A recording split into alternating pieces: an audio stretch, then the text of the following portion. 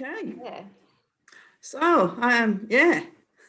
So I'm Heather Michelle. If you want to know, don't tell anybody You that. to write that down. Yeah. So I was born and raised in Manchester. My parents Salvationist, and I was the first of 3 children. So I've got a brother and a sister. Yeah, so they were lifelong Salvationists. And in the day when I was born, giving my age away now, Mum had to stay in hospital for 10 days before she could come out. And so on the following Sunday, I was dedicated at the So yeah, I was born on the 21st of March, and that year was a Sunday, and it was. Oh, sorry.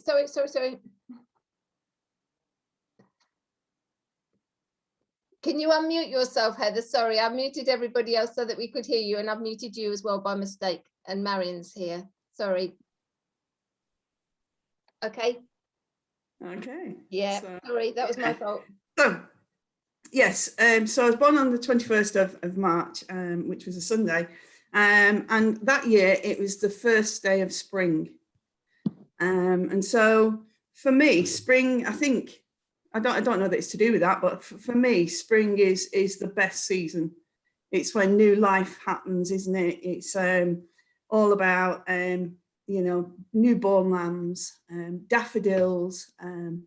I used to love it because as soon as you saw newborn lambs, I knew it was like the best season ever. And as a little one, I used to hear the song on the radio, "If I ruled the world, every day would be the first day of spring."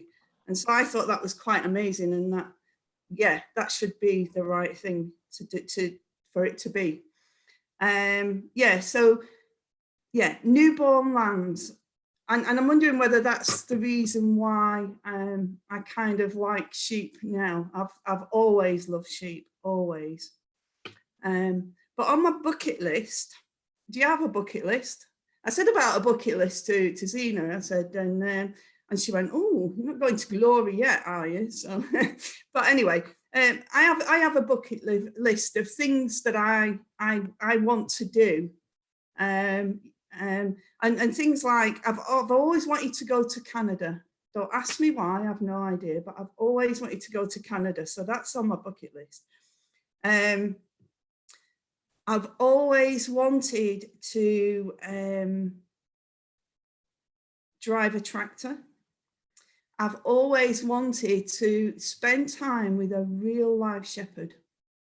And so when I arrived at Hadley Farm Estate, I spoke to the farmer and sort of said I'd like to do these things. And on my first summer, I got the chance to drive a tractor.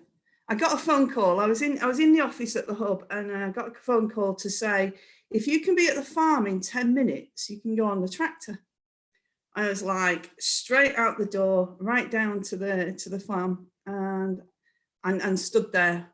And David said, "Okay, get in, and I'll take you down to the field." And it was harvest time, and so we went down. We were chatting in the cab as we were going down, and so asking about him, pastoral visitation, because that's kind of what I like to do. So it was kind of like, you're in this space and you can't get away, so I'm going to ask you, about your life and about your family and stuff, which I did. Anyways, as we got to the bottom of the right down onto the fields, over the train track, and we were going to pick up the grain that that they were harvesting. Anyway, as we got there, David says to me, get out of the tractor, and you just get out the tractor. So I thought I was helping him to put the trailer on the back of the tractor, and as we got near, he just said, "Right, you're going up in there into the combine harvester." And I went, "Are you sure?" Because I'd heard that Dave the farmer was quite a private man and didn't, yeah, he needs to know you before he'll speak to you or something. That's kind of what, so I thought, oh, he's not going to allow me to go in the harvester. Anyway, I went into the harvester and I said, are you sure this is all right, as I'm climbing up the side on the ladder? And he said, yeah, get in, get in. Anyway, I spent an hour and a half in this combine harvester with Dave, and the best pastoral visit I've ever done. It was just amazing to find out who he was, about farming, because farming is all his life and everything. And it was just an amazing time. Well, for me it was anyway. And so I got to drive the combine harvester as well and do some of the harvesting. It was really difficult, but he let me do a couple of runs. And then anyway, so on the way back, David came back for me, and I got in the tractor and he says, do you drive? I said, yeah. And he says, come on then. And I drove the tractor all the way from the field, all the way up to the farm with this big trailer of grain on the back in this big blue tractor. So there's one tick off my bucket list. The second one is, like I say, is to work with a real life shepherd. And I'd still like to do that, you know, sort of out in the wilds or whatever. But having been part of the farm and seeing like what happens on the farm and working alongside them, I got the chance to, I've always wanted to see a lamb born. And it's like, it got to like lambing and whatever, and I kept missing it and kept missing it. Anyway, one day, I met with the farmer at 8:15 at night to go, because there was still some lambs to be born. Anyway, just as we got into the barn, the lamb had obviously just been born. It was just on the floor. So I didn't actually see it actually come out, but it was newborn and whatever. And so we watched it all happening. There was two of them. One was a boy and one was a girl. And as we were watching the mum sort of wash them and get them all sorted, Emma said to me, have you got any names that you would like to, you know, because we're here, we can decide what their names are. And so I said, well, if there's a boy, because at this point we didn't know what the sex was, if it's a boy, I'd like to name him Brahms. Brahms is one of my favourite composers. And so I wanted, and that year, with the letter that all their names were about were a B. So, and then we sort of said, and if it's a girl, well, it was a blessing to be there. So we decided that she would be Blessing. Anyway, there was one of each, and that's kind of what we did. So then once she'd like cleaned them up and whatever, we made sure that they latched on and they were having drinks and stuff. And we spent a couple of hours there watching this, and it was just, it's just amazing experience, an absolute miracle to watch this happen. And so I suppose that kind of gave me a little bit of an awareness about sheep. And, you know, when Jesus says, I am the good shepherd, that's kind of why I wanted to have an experience with a real life shepherd in the wild, so that when he says, like, you know, I am the good shepherd and I lay down my life for the sheep, that I have an awareness. It's not just words on a page. It's actually real, and I understand what that actually means. And I would say, I'm a bit in my head, sorry, but I would say that I kind of have an awareness of that now, because Brahms, I used to go all the time then to Brahms and Blessing, and I would I would go and go in the field and you know, shout at him and, you know, call him out and stuff like that. And then they said they were going to get rid of him, and I was hoping it wasn't to slaughter. Anyway, for whatever reason, it wasn't. But every time he was meant to go, they didn't come for him. I'm not saying that I was praying really hard, but I really didn't want him to go. Anyway, so Brahms is still there. But even now, when I go over to the field that he's in and shout him, he comes running. He knows who I am. And that's kind of, you know, when in John chapter 10, where it says, I am the good shepherd, you know, I'll lay down my life for the sheep. The sheep know my name. It's really true. It's really true. And so, yeah, it's just even now. And so, yeah, and I can imagine how Jesus was feeling, you know, that the sheep do know his name and stuff. So that's part of it. But when I was in college, we sent on a summer placement, and my summer placement was to Preston Pans and Tranent in East Scotland, and I had two little corps that I had to work with. And Tranent had not had an officer for a long time, and so they really embraced me. And it was like, oh, you'll come and do Home League, and you'll come and do this, won't you? And one day, the stalwart of the corps came, and she said to me, I'd said about visiting, and she said, oh yeah, we'll sort it out. Anyway, this one day she came to me and she said, I'm free on this day. Can we go visiting? And I said, absolutely, we can. Anyway, we were doing the visits of the old folk that she normally visited, because there was no officer, she'd always been the visitor. And she went to the visit. We went visiting. Anyway, we came out of this particular house, and I think it was the last visit we were doing. And she just said to me as we came out the house and said to me, do you mind if we go next door? Only that's a friend of mine from school. And, you know, if I'm here, I always pop in and just see her, but she's not very well. Do you mind? And I said, absolutely not, absolutely not. So we knocked on the door, and this gentleman came to the door. And we were led in, and he said, would you like a drink? Because she explained who I was, and would you like a drink? And we said, yes, please, that'd be great. And she was talking to this lady. Now, this lady was in a motorized wheelchair with a tray on and stuff.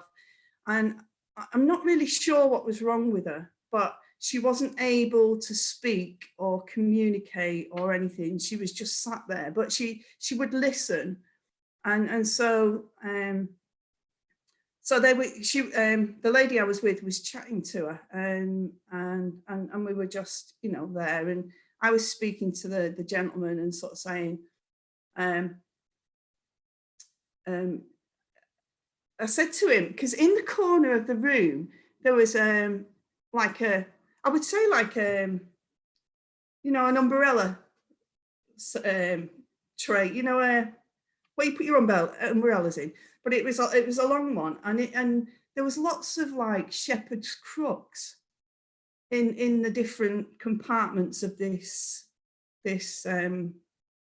umbrella stand, I would say, and each one had a rosette on it, and so I was looking at this because he was in and out the kitchen, and I was like, oh, they're quite amazing, then, aren't they? All different ornate shepherd's crooks.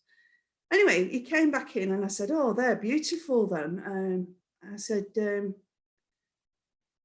know, are these yours, kind of thing? And there was one border collie came in from the garden.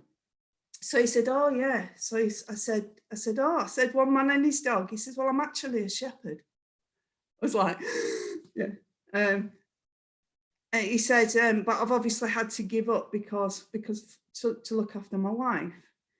And so he says, I said, those are beautiful, those. And he said, oh, I've made them. Anyway, so I said, oh, is she not working? Does she not work now? I said, does she, the dog, that is. and he said, oh yeah. He said, listen, and he whistled and she went flying out. And then he whistled again and she came in and kind of rounded us up and stuff. Anyway, so we were chatting about his shepherding and sort of saying, that's something I've always wanted to do and blah, blah, blah. Anyway, he said to the lady I was with, can't remember, I think she was called Joan. He said to Joan, are you all right if I just take Heather out to the shed? And in this shed, all these crooks that he was making, and he'd even carved out of a sheep's horn and a little sheepdog on the actual end of it that he carved into the horn. It was just absolutely amazing. And I just said, so I wanted him to tell me stories about his shepherding and stuff. Anyway, so anyway, at the end of the visit, I just said, do you mind if I share scripture with you? And I thought the only thing I could use is the 23rd Psalm, isn't it? And so I've got it in, I actually read it in, because all I had was a New Living Translation, but I've got it in the Passion Translation here now. It says, the Lord is my best friend and my shepherd. I always have more than enough. He offers a resting place for me in his luxurious love. His tracks take me to an oasis of peace and quiet brook of bliss. That's where he restores and revives my life. He opens before me pathways of God's pleasure and leads me along in his footsteps of righteousness, so that I can bring honor to his name. Lord, even when the paths take me through the valley of deepest darkness, fear will never conquer me, for you already have. You remain close to me and lead me through it all the way. Your authority is my strength and my peace. The comfort of your love takes my fear away. I'll never be lonely, for you are near. You become my delicious feast, even when my enemies dare to fight.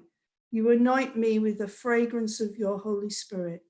You give me all I can drink of you until my heart overflows. So why should I fear the future? For your goodness and love pursue me all the days of my life. Then afterwards, when my life is through, I'll return to your glorious presence to be forever with you. And as I was reading the scripture, obviously in a different translation to him, the whole of the time this man was crying, because obviously he knew what that meant as a reality. He knew what it was like that he got the Lord with him. And so that was kind of an amazing experience that I had. But prior to going to college and prior to being an officer, I've had varying jobs, I suppose. I had 9 years in sports and recreation. I was a lifeguard and lots of sporty qualifications, a swimming teacher and everything.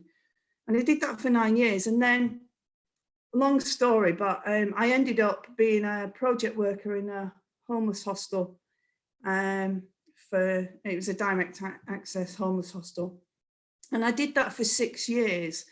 And then from that, I went onto the one of the notorious estates in Rochdale, and was a community support and resettlement officer for those that lived on the estate, and to sort of, especially if they come from the homeless unit, to work with them, do casework with them to help them sustain the tenancies.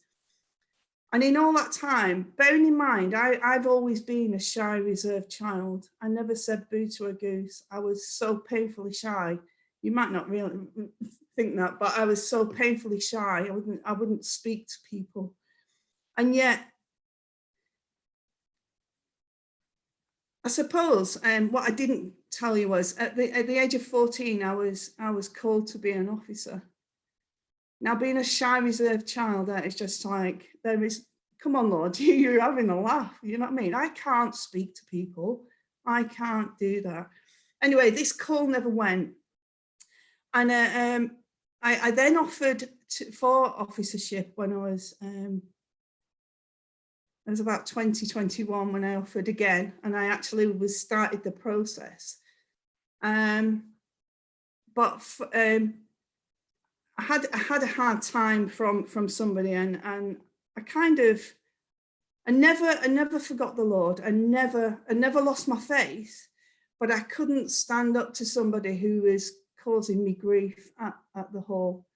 And I wasn't brave enough to stand up to this guy that was badmouth, saying all these awful things about me that obviously weren't true, but I wasn't strong enough. And it's so easy to walk away than it is to come back. And so I left the army, and I couldn't stand up, and I left the army. Now, yeah, my life's been I've had lots of times where they've been dark and stormy. And yeah, and also then I left like I say, I moved away from the army, and I lived a different lifestyle, really. And yet, in all that time, God never left me. God never left me. But in that time, that's how I then went and changed my profession. Working in a homeless hostel, toughens you up massively, because all walks of life. You're working with drug users, domestic abuse, domestic violence cases, and all sorts of people. And working with them really, really does toughen you up. And I never understood why I went into that profession. I know how it happened, but I never understood. I'd always done sports, always. Sport was my life. And then, like I say, from that, well, in that time, I mean, it toughens you up, because to the point of somebody brought drugs onto the unit, and we knew it was happening. And I just said to my colleague, we need to sort this out, because all of a sudden we saw on the cameras, everybody flew to this room that this guy had just come in from. Anyway, we gave them a few minutes, and we went up and we knocked on the door, and it's like, who is it? It's staff. And they came to the door and they said, what do you want? I said, we just need to come in. We don't need to know who's in here. Anyway, there was quite a few people in this room. And it was just one bedroom place. It wasn't big. And I said, so, okay, so what we're doing, what's happening here? Why are we all here? Oh, we're just having a chat. I said, okay, so where's the drugs then? And it was like, we haven't got drugs. So I said, so you don't mind me just having a look round? Anyway, so my colleague was there, sort of speaking to them, and I was looking around, and down by the radiator pipes was this prepped heroin ready to be injected. So I said, oh, so who does this belong to then? And they were like, I said, who does it belong to? And nobody would say anything. I said, okay, so if it's nobody's, then it doesn't matter if I just flush it down the toilet then, is it? So I went into the toilet and flushed it down the toilet. And I just said, right, all those that don't belong in here need to go. They left. And we said to the guy, I just said to him, when you know what you're going to say to me about having drugs on the premises, when you know full well that you've signed a contract to say that you won't bring drugs on the premises, then come down and talk to me. I'll be waiting for you in the office. And that's kind of, from a really shy, reserved child, to be able to stand up for myself in that situation. And lots of other things, cutting somebody down from hanging, and yeah, toughened you up massively. To which then I went on to the estate. Yeah, so the time on the estate, there's lots of things happened on the estate, and I haven't got time to tell you all of it. But there was one day when the whole estate was having a regeneration of bathrooms and kitchens, brand new bathrooms and kitchens. And so they started on all the empty properties first. And on this particular day, we knew that some of them, the combi boilers that were being installed, and then some of them are going missing. And so we knew that it was obviously the drug baron's boys doing this. Anyway, one particular day I was walking through the estate, and I noticed that one of the tenancies that should have been empty, the door was ajar, and I thought, there's something wrong here. So I went up the stairs, and there they were doing it really, they never left a mess because they were actually draining it before taking it out. And they were doing it to order. So anyway, I went in, and so I came out to the front door, and I stood at the front door, and phoned the office and said, I need some shutter guys to come and put a thing on this. They're ready. They're in the middle of taking this boiler. I need you to get it sorted. Anyway, I stood there for a few hours waiting for these shutter guys to come. And obviously it was getting sort of tea-timey time. And obviously I could see some of the boys like watching from afar.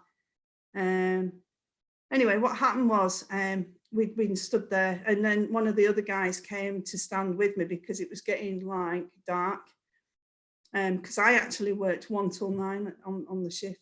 And like I say, it was a notorious estate that even the police would only come in twos, as in 2 cars, and wouldn't come in on the estate until after 5 o'clock of an evening. So we knew they wouldn't come.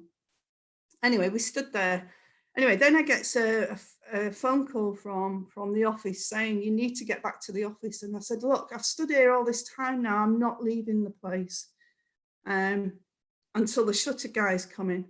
Anyway, I was told in no uncertain terms I had to leave, and I said, I'm not leaving. This is not right. It's not right for them to take this. And my boss said, Heather, get here or else. And I said, I'm not coming. Anyway, then she phones back again and says, they've smashed your car. You better get to the office. And I said, well, if they've smashed my car already, there's no point. Heather, you get here. Anyway, so I went to the office. I went right in the office, right up the stairs to see my boss. And I just said, you're out of order. You're out of order. You should have let me stay. She shouted at me, to be fair. But anyway, so they'd smashed my car. Anyway, so yeah, a few days later, I was in work, and I was walking the estate on my own. And here comes the drug baron. And he went, it won't be your car next time, it'll be you. He says, just stay out of my way. I grinned at him as I do, and I went, all right, okay, yeah. And that's kind of how much I'd been toughened up in you know, in these different roles. But at that point, I'd already come back to the army. I'd already offered again for officership. The way I came back to the army is quite a thing in itself. I'd had to be a witness at court, and this had gone over months and months and months, as they do, because they keep adjourning it. And when it had finally finished, I phoned my friend to say, this is the outcome, it's all over, it's finished. And we were chatting on the phone, and she said to me, oh, bearing in mind I'd not been at the army then at this point for 15 years. And I wanted to go, I just couldn't, it's harder to walk back in. I wasn't, yeah. Anyway, she says, our songsters are at the Gospel Arts, you know, at the Royal Albert Hall in London. Do you fancy coming? And I went, no, you're all right. So she says, no, come on, you know, we're singing all the old songs. You'll know them. It'll be fine. So I said, bearing in mind, when I was in the army, if it's something on at the Royal Albert Hall, you wouldn't get a ticket for love nor money. And I thought, she'll not get a ticket. So I went, all right then, if you can get a ticket, I'll come. Thinking, not a chance. Didn't realise it had all changed, you know. Anyway, this was on the, I think it was on the Saturday I rang her. On the Wednesday, she phoned me. She said, I've got you a ticket. We pick it up from the box office when we arrive. You can come down in a minibus with the songsters. And I went, right, okay. How do I get out of this? Anyway, to cut a long story short, we went down to the Royal Albert Hall. Now, one of their songsters was having chemo and couldn't do the rehearsal and the performance, and wanted to do the performance. So they said, Heather, you sang alto, don't you? Can you do the rehearsal in her place so that she sat next to somebody that she knows on the evening? So I said, yeah, of course I could. Anyway, so we're rehearsing for this, about 2 hours, we're rehearsing these songs, but they were all the songs that I actually knew from when I was in the army. And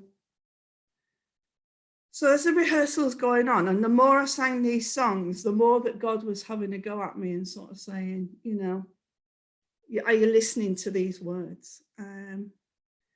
Anyway, the rehearsal finished, and at that point, if I could have got, I knew SP&S were there, but they only had the books and the stuff. They didn't have any uniform. I tell you what, if they'd have had a shirt and a skirt, I would have been asking to sing. Anyway, I didn't. So, but I never said anything to anybody, and obviously they went off to get changed, and I made my way up to the gods, you know, right up really top bit, and I was sat sort of on the front row, and I sat there for ages on my own, and then they do the pre-worship stuff, don't they? And I sat and whatever, and that was that, and then the whole thing started with the song, I Dare to Be Different. And at that point, I knew that I was home and that I had to come back to the army.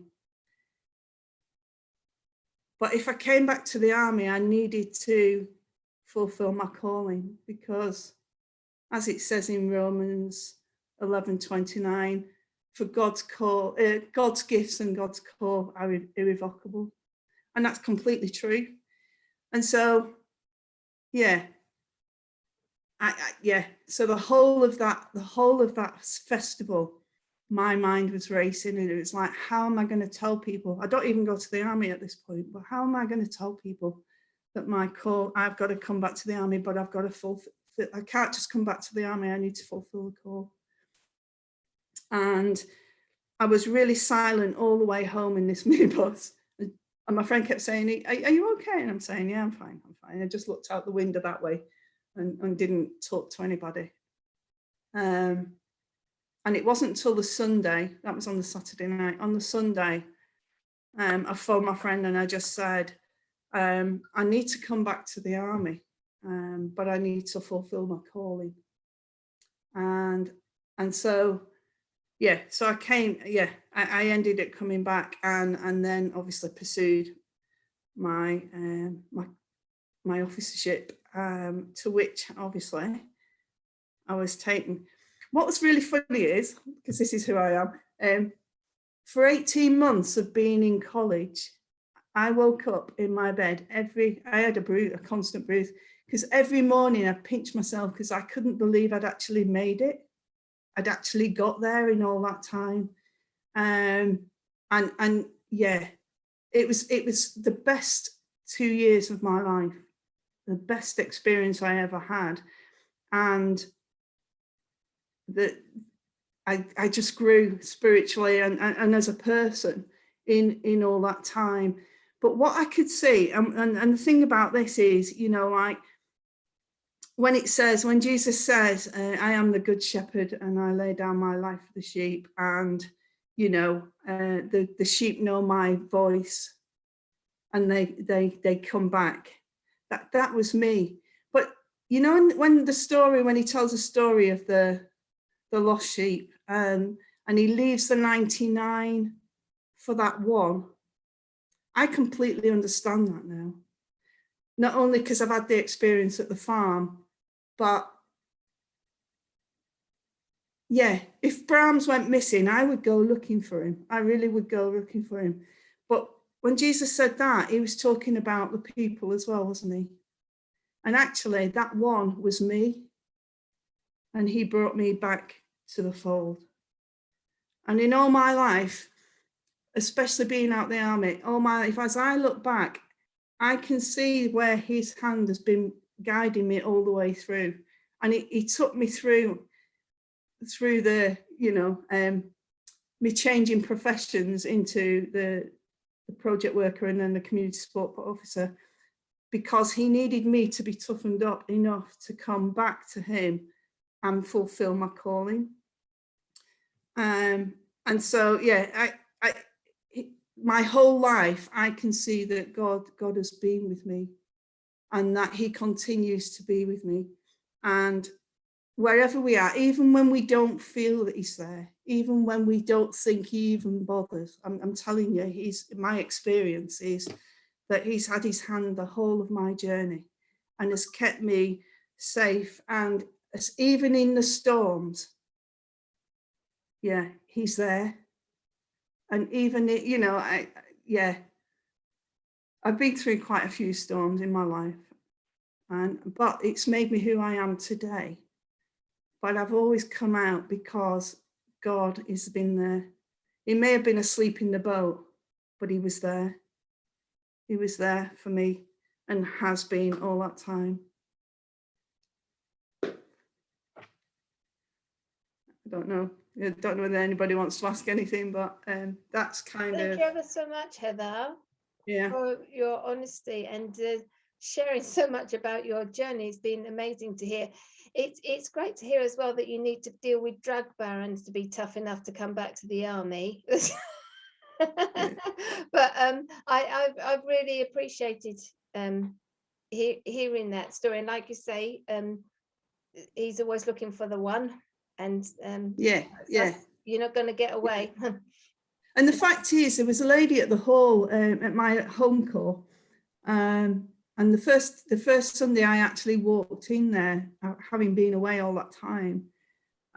She saw me and she grabbed hold of me and gave me this massive hug, and she said to me, "Oh, Heather, are you coming back?" And I said, "I am actually." And she went, "I have prayed for you every day for 15 years. Mm. And so when people say to me, they've come to me as an officer and they've said, "My child's not been for ages," and it really, and I keep saying, you need to pray. Don't ever give up praying for people, because actually I was that one. I was, and it's, through the storms of life, it's only because people continue to pray for me that I've got up through them. Obviously Jesus has been there, but it's their prayers that have got me through a lot of my life. Yeah. And made me who I am today. And it's kind of like, I never worry, because even in the bad times, I know that God is there. God is there, and he holds me through. Yeah. So it's kind of, that's, yeah. Has anybody laughing at the drug baron was quite funny. Yeah. Has anyone else had any thoughts of being stirred by Heather's journey that kind of triggered any bells in your head? You can ask me whatever you like. I'm honest. Yeah. I suppose when you're talking, like you just said then, you sort of, as a core fellowship of people, we pray for people, and you don't always see anything happen, sort of, whether it's people in the core, whether it's family, whether it's whatever, you pray, and you just think, oh, is it a waste of time? But obviously, no, it's that not. lady's evidence, isn't it? That lady said to you, I prayed for you every day for 15 years. And yeah. So and I've prayed for my brother. I've prayed for my brother every day since walking into that college. And now I'm kind of, 2 years in college, and I've done 14 years in July as an officer. So for 16 years, I've been praying for him every day. And there is a difference. There is a difference. He's still not there, but just conversations we have, I know that, yeah, prayer's never wasted. That's all I'm saying. Prayer's never wasted. And just pray fervently, because God will answer. God will answer. I'm testament to that. Absolutely.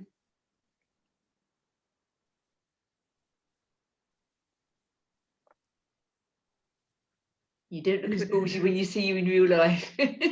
Sorry? You don't look as ballsy when you see you in real life to know that what you've done in the background. Yeah. And that's why I think people think you know, like sometimes I'm on Zooms and stuff. As the officer, you can do everything. You've got this, I don't know, it's almost like an officer mask. It's not a mask, but do you know what I mean? If I've got my uniform on, I can be the officer, and I can do absolutely anything. If I'm Heather, like take me to a party or something, I'll be the one in the corner, because I'm back to who I really am. Do you understand what I'm saying? And people don't understand that. So when people think I'm quiet, they think I'm being off, or oh, what's wrong with her? It's actually, I'm just a really shy person who hasn't got that. Yeah, I find it hard, but as the officer, I can do anything. And that's why I'm probably a bit shaky at the beginning of this, in the fact that, yeah, my nerves were there massively, because I'm Heather. I'm not the officer. Do you understand me? Yeah, I am. I'm still shy, reserved person in real life. You're doing all right tonight, Heather. Thank you. Thank you. Heather, I love all your experiences, but the experiences now are part of you, and you can choose when you want to bring them out, but they're all there. They'll never go away. That's part of you. So if you choose to be quiet, that's fine, but you know you've still got everything there if it's needed. Yeah. I think what you've done is amazing, and you've been carried through, and obviously absolutely all your experience was necessary. Yeah, absolutely. I can see God's used that. Yeah, absolutely. You've got it as a huge asset to draw on as and when. So thank you. Yeah, thank you. Yeah, definitely. Every no experience is wasted. But I'm also a glass half full. I don't do animosity. I don't do negativity. Do you know what I mean? I need to find, even as a child, even in the stuff that I went through as a child, I always needed to find a silver lining to get me through. And even now, there's always got to be a positive out of every negative experience I've had. There's always a positive, and I always have to look for that to get me through. And I've always done that. I've always done that from being 5-year-old. I've always done that. Yeah. You know, things can't, it wasn't that bad because I've got this silver lining. I've got through it because of this silver lining. There's always a positive. And that's kind of, for me, I've got to do that from every negative. I've got to find a positive. For every experience that's not great, I have to hold on to the positives. I think another thing that I've taken from what you've said, that you had somebody who cared about you and prayed about you all the time. But praying is great, and we should never give up praying. But it was actually the somebody who did something, who looked. Somebody prayed for me. That was contrived, wasn't it? You know, we can get you a ticket. We've probably already got you one, but you know. No, she hadn't. She hadn't. But she just said. I know, but yeah, somebody had thought. The prayer, we sometimes need to do something if there's somebody that's on our hearts. That and this lady that prayed for me was one of those you know, those people that were just a background person who she was Auntie Dorothy. Everybody was your auntie, weren't they, when we were little? And it was Auntie Dorothy, and kind of but she was a shy lady herself, unassuming, whatever. And yet, out of all those people, she was the one that prayed. This unassuming lady, who you would never have known. She was the one that you wouldn't have, if you'd have picked out. You know, if there's lots of people there, you know, you would never have picked her out to be that one, and yet she was the one. But the joy on her face was just, it reminds me of that picture that Hillary's got, you know, First Day in Heaven, where that lady's face is like lit up. That's how Auntie Dorothy's face was when she saw me there, and I was coming back to the army. It was the joy in her face was just amazing, absolutely amazing. The fact she told you as well, because you'd never have known otherwise, would you? And it's not to say you need to know, but sometimes it's good to know if somebody has done that. Then yeah. The other thing I picked out from what you said was Zena said was the fact that, yeah, you know, sometimes, and I don't know if everybody's the same, it's just me, but sometimes you have like a thought goes through your head, or like a bit of a gut feeling, and you think, oh no, yeah. No, I'm not gonna do that today. It might be to give somebody a call, or it might be to do something, but often those gut feelings are things that it's you know, it's a prompt, isn't it? Yeah. It's a subliminal message to say to do something, and sometimes if you ignore it, then maybe you're ignoring God. Because it might be something that would help somebody else. So I suppose from what you said in Zena's comment, yeah, it's that if you get that thought, that feeling, then make that phone call, do that thing. Or send them a message just saying, thinking about you today. And the amount of times that God's laid somebody on my heart and I've just sent them a message, or I've written them a card or something, actually they needed that on that day. And yeah, he knows, absolutely. Yeah.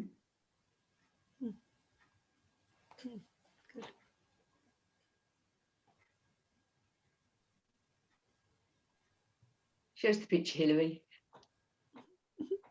Show us the picture. Have you got the picture? Take your mute off. You're on mute.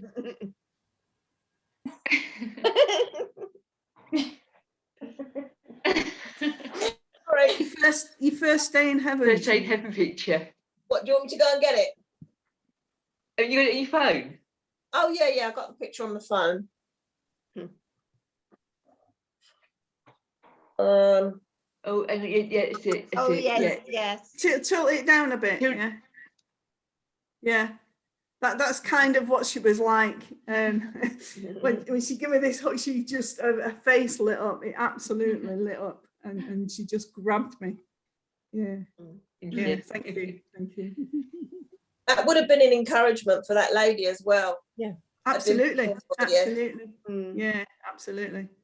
Yeah, and the fact that she knew then I became an officer. So yeah. Do you think, like, hearing you tonight, you're an inspiration, Heather, you really are. But do you think that actually sometimes being the lost sheep helps you then become a shepherd for other people? It has for me, but I've always had this thing about shepherds anyway, and I still would like to spend time with a real life shepherd, you know, like in, you know, on the Yorkshire Hills or whatever. Amanda Owen. Yeah. Amanda Owen, she's the Yorkshire shepherdess. She's got all these I'd love to spend time with her, just to. You can book holidays on her farm. Can you? She's got one of these old-fashioned gypsy caravans that you can hire and have holidays on the farm. You'll be doing after this. Absolutely, I'm going to do that as soon as we can. I'm going to do that. Love it. For me, that would be like a pilgrimage for me. And actually, you know, because when I read the Bible, I want to understand. I want it to be an experience. I don't want them just to be words on a page. And do you know what I'm saying? And so for me, you know, and you read, you know, if a man had 100 sheep and one had gone lost, then they would leave, because they'd be, if they're all together, they will look after each other. But the one on its own is in danger, isn't it? And needs to be rescued. So Brahms is my first experience, where if I go near the field and I shout him, he comes, which is just amazing, because it's like, so that bit of scripture, actually, you know, sheep know my name, hear my voice and know, you know. I've got to ask as well, what happened to Blessings? I was wondering that. Don't ask. What happened to Blessings? I don't know that she's still there, to be fair. Oh no, I think no, because somebody else wanted some new lambs. She was sold on. She was sold on for another farmer who, yeah, because he wanted females that weren't, so that his ram would be able to mate for the next season. Yeah, so they sold some of them off, which they do, to other farms. Can I just add something in here, because I'm sure most of you know, but as part of the farm estate, there's we have a training centre for people with additional support needs, and we've got a lady who comes to the centre who is a lot older than she looks, but she looks very young. Her name's Blessing. And so what they did was they took a photograph of Blessing holding Blessing, the sheep, and the smile on Blessing's face was absolutely beautiful. So we gave her a copy of the picture which she took home. But yeah, so it's lovely that we had a picture of Blessing holding Blessing. Yeah. Yeah. Oh, that's special.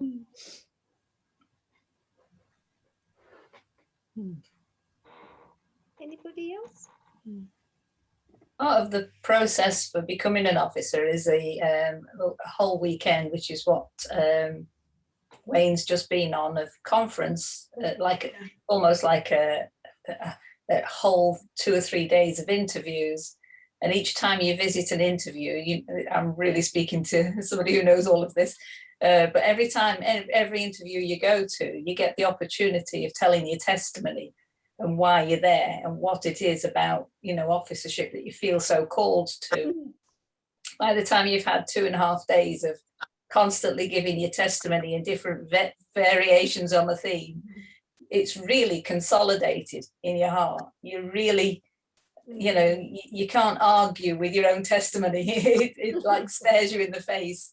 And it's listening to Heather tonight, she obviously has those stories. She's formed them into this link with the shepherd, and it's consolidated for her this total experience of Jesus and her relationship with Jesus. And I think this is something that is so important to the army, that we do testimonies. And I know we've kind of turned it into instant thought. I've just thought of this, I'll give it on a Sunday night meeting. But actually and when we were in Darlington, we had a lady who always prepared for testimony time, because she said, I can't stand the silences, so if nobody else will get up, I'll get up. But she did prepare, and she prepared her testimony every week just in case. And if the songsters went out or something like that, she was always ready with a testimony, whatever. And she said the same thing that I'm saying, that just in the preparation and reminding yourself what is actually your experience of Jesus, it really consolidates it. And it gives you such joy to sort of recall it and tell other people about it. And nobody can argue with your testimony, can they? So, yeah. No, because it's your story, isn't it? Yeah, it's a fantastic thing to have. Yeah, yeah. We all ought to practice testimonies often.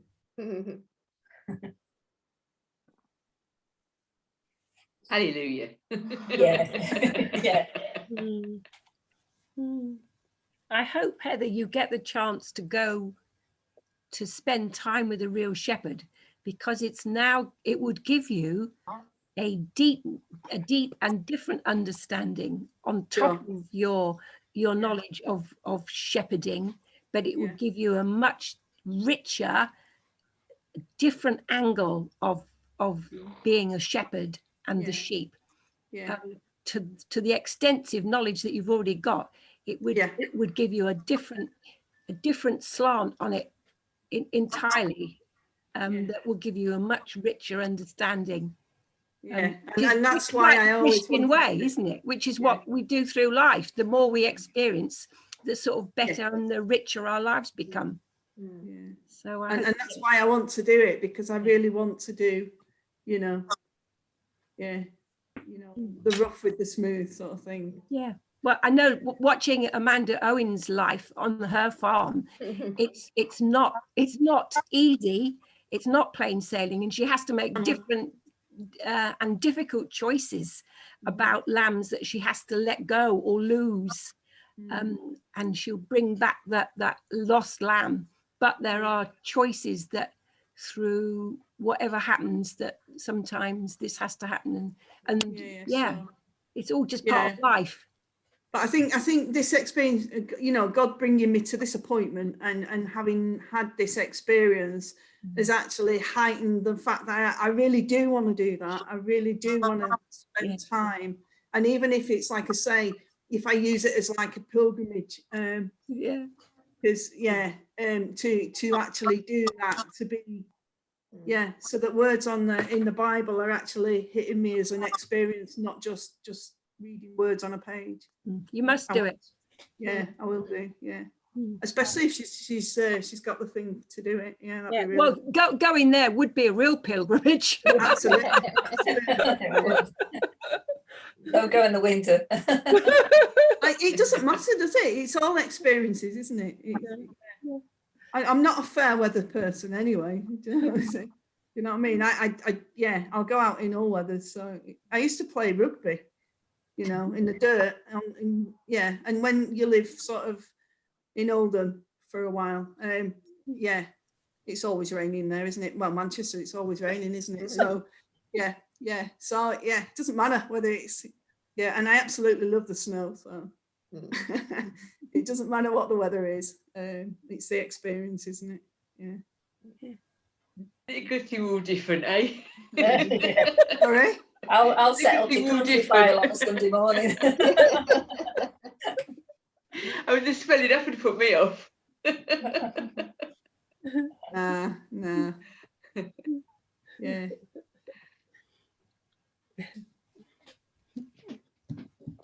They're pretty exact in science, actually. When you watch Country File, the guy that on there that's got his own huge farm, thousands of acres, and he's mostly sheep farming. And you know, just having the sheep, that the timing for getting them pregnant first, and then when they come back in again, they go through the X-ray machine, and if they've got one lamb inside, they put in one pen, and if they've got two, and if they've got triplets, they put in separate pens. So some of them get more food than others, you know. And it's incredible to listen to this really exacting science. It's not haphazard at all. It's really properly thought through, and you know, and it's all to do with profit, of course. So because it's his living, and so how to make a profit out of the lambs that are brought back in, and the colouring, they're all sprayed in different colours, so whatever the X-rays show, they get a different colour paint on them, and it's incredible to watch. Really is. Country File before the meeting on a Sunday morning. I only watched the thing about the Yorkshire Shepherdess once, and I think they were showing some of their special sheep, and they were taking them, and obviously how they looked added to their value as well. So they were taking them to be shown, and there was her husband plucking the hairs, plucking the grey hairs out of and I was thinking, that is not what I was expecting to see. Actually using tweezers to take the hair out as well to make them more black, but pulling out every single grey hair out of the black nose. I'll be bald.